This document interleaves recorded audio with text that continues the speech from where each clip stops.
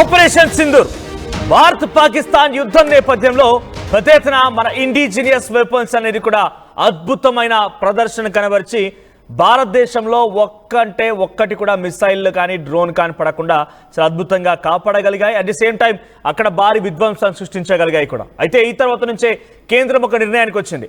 రక్షణ రంగాన్ని బలోపేతం చేయడం కోసం కీలక నిర్ణయం తీసుకుంది. 1,00,000 కోట్లతో డిఫెన్స్ రంగాన్ని పటిష్టం చేసేలా పక్కా ప్లాన్ వేసింది కేంద్ర ప్రభుత్వం. Defence acquisition council military hardware సహా 10 ప్రతిపాదనలకు సెంట్రల్ కేబినెట్ ఆమోదం తెలిపింది. త్వరలోనే ఇండియన్ ఆర్మీలోకి అత్యాధునికమైనటువంటి ఆయుధాలు మరికొన్ని సమకూర్చబోతున్నారు. సో దీని ద్వారా రక్షణ రంగం మరింత బలోపేతం కాబోతోంది. ఇండిజీనియస్ వెపన్స్ పైన మరింతగా దృష్టి సారించే అవకాశం కనబడుతోంది.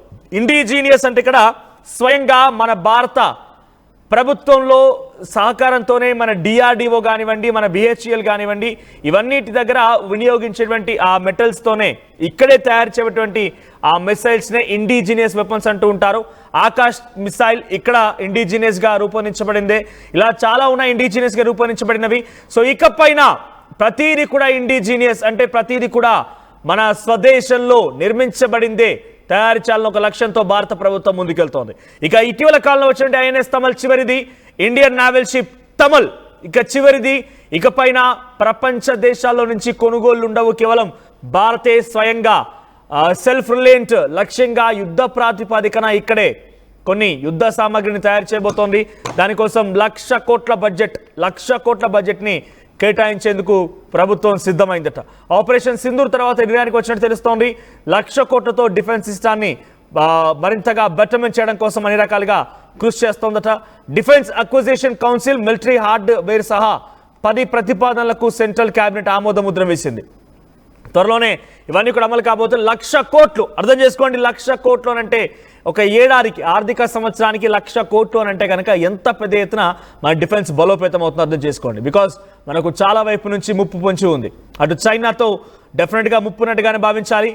సో పాకిస్తాన్తో ముప్పు ఉంది. పాకిస్తాన్ ఏకంగా భారత్పై కొంత కవ్వింపు చర్యలకు పాల్పడడం కోసం, భారత్ పైన కొంత కంట్రోల్ చేయడం కోసం, భారత్ని ఉంచి వచ్చేటువంటి ఆ మిసైల్ని అడ్డుకోవడం కోసం అమెరికా దగ్గరికి వెళ్ళిపోయి అమెరికా పైన మోకరిల్లి అమెరికా దగ్గర శాస్త్రాంగ నమస్కారం చేసి డిఫెన్స్ సిస్టమ్ కొనుగోలు చేస్తోంది.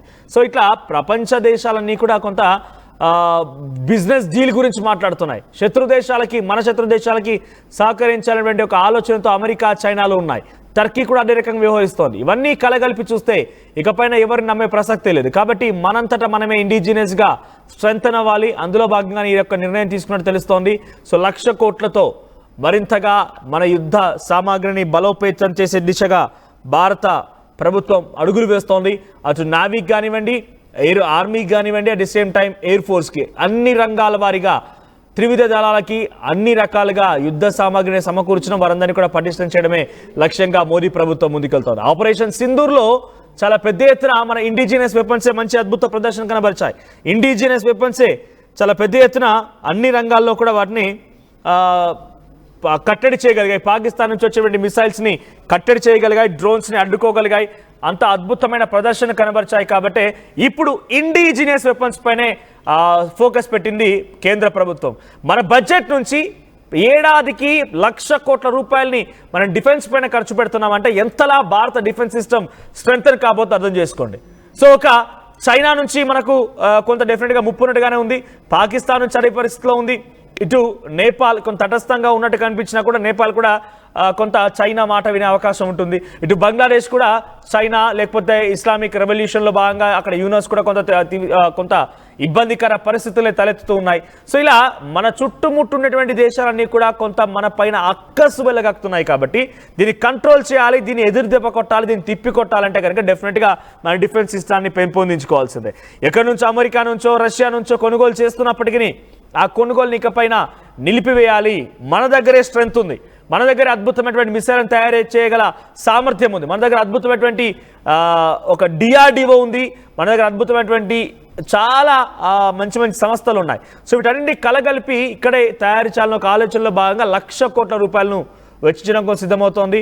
సో మీరు చూస్తున్న విజువల్స్ అన్ని కూడా గతంలో ఆపరేషన్ సింధూర్ తర్వాత హర్యానాలోని ఒక ఎయిర్ బేస్ని మోదీ సందర్శించిన ఆ visuals. At the same time right సైడ్లో మీకు కనబడుతోంది పైన రాజ్నాథ్ సింగ్ చేస్తోంది. ఒక ఎయిర్ క్రాఫ్ట్కి సంబంధించి అక్కడ పూజలు కొనసాగుతున్నాయి. అంటే ఆయన దాని ఇనాగ్రేషన్లో భాగంగా అక్కడ కార్యక్రమాన్ని చేపడుతున్నారు. ఇలా చాలా అద్భుతంగా భారత డిఫెన్స్ సిస్టాన్ని పెంపొందించి భారత్ డిఫెన్స్ సిస్టాన్ని మరింతగా పటిష్టం చేయాలనే ఆలోచనలో కేంద్ర ప్రభుత్వం ఉంది.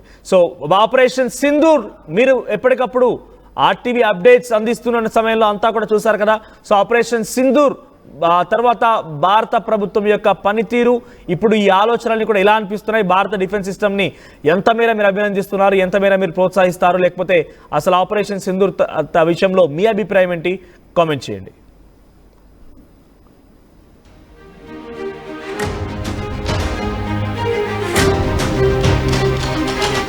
రైట్, ఒకసారి దీనికి సంబంధించి మరిన్ని అప్డేట్స్ మా ప్రతినిధి మధు సిద్ధంగా ఉన్నారు. మధు, సో ఇంటర్నల్ గా డిఫెన్స్ సిస్టాన్ని పెంపొందించాలి. పక్కాగా మనం ఇక్కడ వైపు నుంచి అటు విదేశాల నుంచి వచ్చేటువంటి డిఫెన్స్ సిస్టాన్ని, ఎయిర్ క్రాఫ్ట్ క్యారియర్ని, నావల్ షిప్లని కాకుండా ఇండిజినస్ గా భారత్లోనే రూపొందించాలి. మన డిఫెన్స్ సిస్టాన్ని పటిష్టం చేయాలి. అందులో భాగంగా 1,00,000 కోట్ల రూపాయలు, ఏడాదికి 1,00,000 కోట్ల రూపాయలు చిన్న విషయం ఏం కాదు. సో ఆ రకంగా భారత ప్రభుత్వం ముందుకెళ్తోంది. సో ఏ రంగాలు ఏ రకంగా ముందుకెళ్లే అవకాశం ఉంది? ఈ ప్రతిపాదనలో ఎంత మేర అమలు కాబోతున్నాయి? ఎటువంటి డిస్కషన్ జరుగుతోంది? ఎగ్జాక్ట్, ఇప్పటికే మనం విదేశాల నుంచి అత్యాధునిక ఆయుధాలను, మిజైల్స్ ను, క్షిపణులను,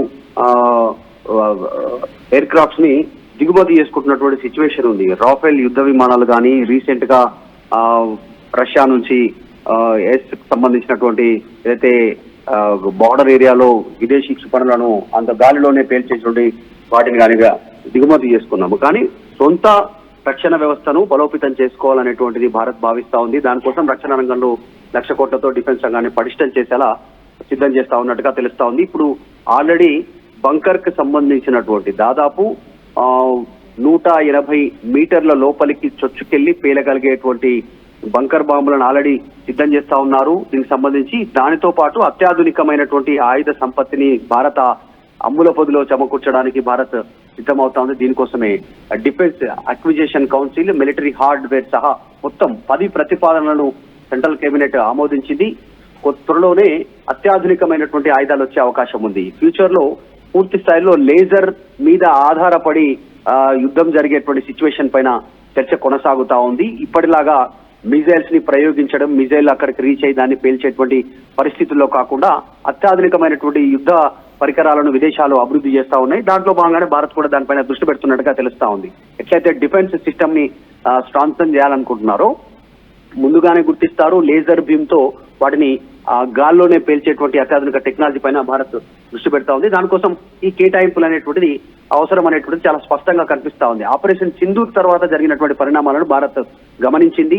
ఏ దేశాలు ఏ దేశానికి మద్దతు తెలుపుతా ఉన్నాయి, దానికి రీజన్స్ ఏంటి అంటే భారత్ తో మిత్రత్వ దేశంగా నటిస్తూనే పాకిస్తాన్ కి మద్దతు తెలుపుతున్నటువంటి పరిస్థితులను భారత్ మనం గమనించింది. దానికి రీజన్ మనతో శత్రుత్వం లేకపోయినా భారత్ ఫ్యూచర్ లో ఆర్థిక పరంగా, అభివృద్ధి పరంగా ఫ్యూచర్ లో పెద్దన్నగా మారేటువంటి అవకాశం ఉండడంతో అన్ని రకాల వసతులు, వనరులు ఉన్నాయి భారత్ కి, జనాభా పరంగా కానీ, ఫ్యూచర్ లో ఆర్థిక పరంగా కానీ, బిజినెస్ పరంగా. సో వీటిని దెబ్బ కొట్టాలంటే పాకిస్తాన్ కు చేతులు కలుపుతున్నటువంటి, అంతర్గతంగా వారికి సహాయం చేస్తున్నటువంటి ఈ పరిస్థితిని గమనించింది. దాంట్లో భాగంగానే ఆపరేషన్ సింధూర్ తర్వాత చాలా స్పష్టంగా డిఫెన్స్ సిస్టమ్ స్ట్రెంగ్త్ ఉండాలి, చాలా స్ట్రాంగ్ ఉండాలనేటువంటిది 1,00,000 కోట్లకు సంబంధించినటువంటి తో డిఫెన్స్ రంగాన్ని బలోపేతం చేయాలనేటువంటి తీసుకున్నటువంటి నిర్ణయం భారతదేశ చరిత్రలో మొదటిసారి.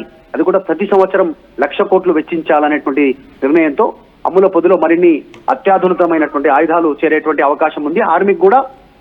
ఆర్మీ చేతిలో కూడా అంటే బుల్లెట్ ప్రూఫ్ విషయం నుంచి మొదలు పెడితే లేజర్, చీకట్లో కూడా చూసేటువంటి పరికరాలను, సుదూరంగా ఉన్నటువంటి పరికరాలను, సుదూరంగా ఉన్నటువంటి శత్రు దేశాలను గమనించేటువంటి విధంగా అన్ని రకాలుగా, ఒకటే కాదు ఈవెన్ శాటిలైట్ ద్వారా కూడా శత్రు దేశాలు పైన కన్నేసి ఉంచేటువంటి విధంగా అన్నిటికీ ఉపయోగపడేటువంటి అవకాశం ఉంది. దానిలో భాగంగానే 10 ప్రతిపాదనలను సెంట్రల్ కేబినెట్ ఆమోదం తెలిపింది.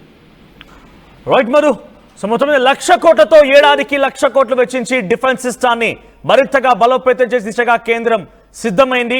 సో ఇప్పటికే దానిలో భాగంగా కొన్ని అంశాలను కూడా ప్రతిపాదన కూడా సెంట్రల్ కమిటీ ఆమోద ముద్ర వేసింది. డిఫెన్స్ అక్విజిషన్ కౌన్సిల్ తో పాటుగా మిలిటరీ హార్డ్వేర్ తో సహా మరికొన్ని 10 ప్రతిపాదనలు కూడా సిద్ధం చేసింది.